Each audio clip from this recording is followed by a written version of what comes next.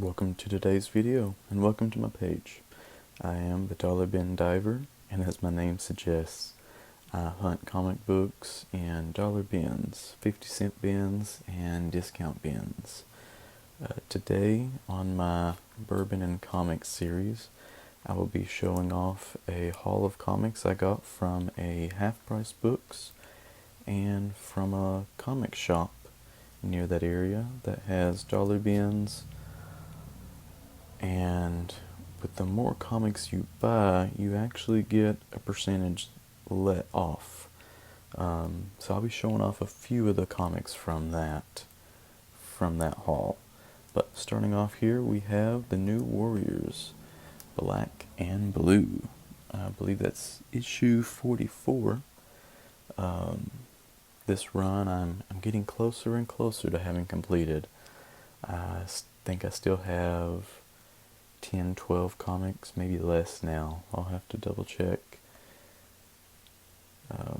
Excited to have that completed and have a nice consecutive story. This day I was also able to find issue, 55, I believe, of the New Warriors. So I have to be getting closer to having it. Justice denied.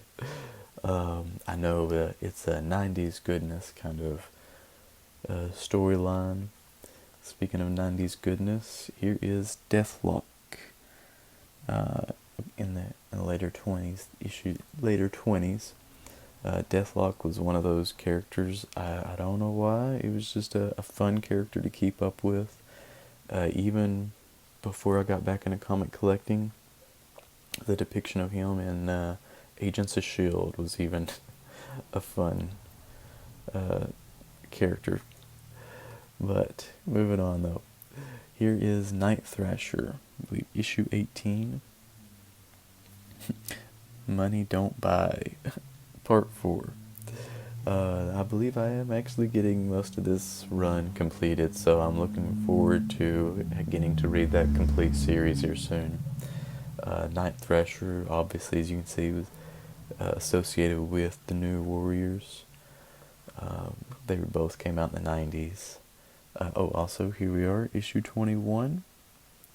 The final issue, it says, so I should be getting within half a dozen issues of having that completed, which is nice. I don't know if we'll ever get to see Night Thrasher on the big screen, but nonetheless, it has been a fun character to see time to time in different issues, different comics. I believe in the 90s he even crossed over with Spider-Man several times. Moving on to something newer though, crossover. This is probably my only not Marvel series I'm working on aggressively. Donny Cates has been, as far as newer comics go, his run on Venom, Thor have been awesome for me to read. So I've been collecting crossover. I've had many people suggest it. As you see, there was issue 7, and here's issue 13.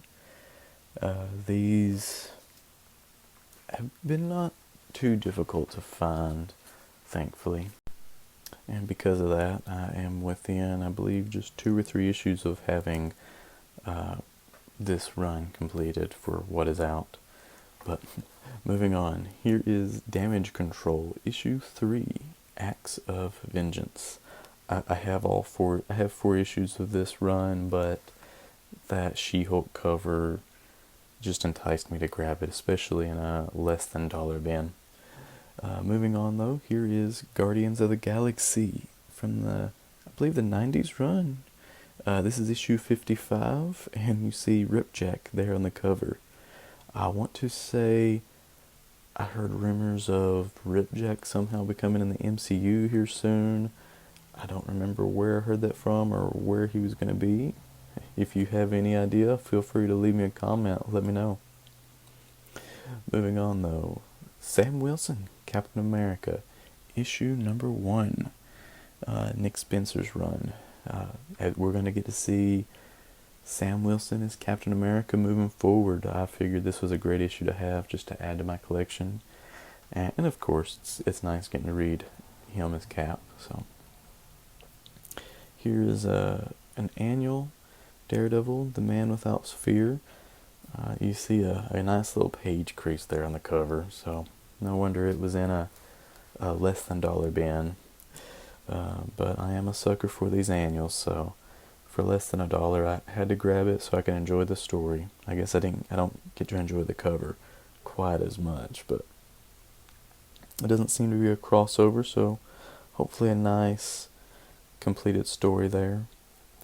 Alright, so moving on. These are some neat finds to also find in the less than dollar bin. The Squadron Supreme. This is issue number 2 in that limited 12-issue series. Obviously, I could not find issue 1 in a dollar bin or less, but finding some of these was pretty nice. There's issue 2 and issue number 3. Sometimes when I get in a hurry, I end up grabbing duplicates and don't realize until afterwards. So there is my second copy of issue number 3 of Squadron Supreme. Obviously not the first appearance, but it is their first self-title. And then issue 5 as well as issue 6 with a cool cover there of Hyperion on the front. We potentially get to see them on the big screen. I am excited to see how this plays out. Squadron Supreme wasn't my favorite team, but they are it's a fun element to add to the MCU. And also issue number 9 there, as you see. So I have a good chunk of that run started, of that limited series, so hopefully I can get my hands on a beat up issue number 1 in a dollar bin one day. Alright, so moving on here. In the less than dollar bins, I was also able to find, believe it or not, Beavis and Butthead. Of course, no issue number 1, but issue number 2 there, and issue number 3. Sadly, I remember this from my childhood. There's issue number 4 as well, and issue number 5. I don't think this was a limited series, but I don't remember how many were in this run. But and issue number 6. So 2 through 6, I do believe there.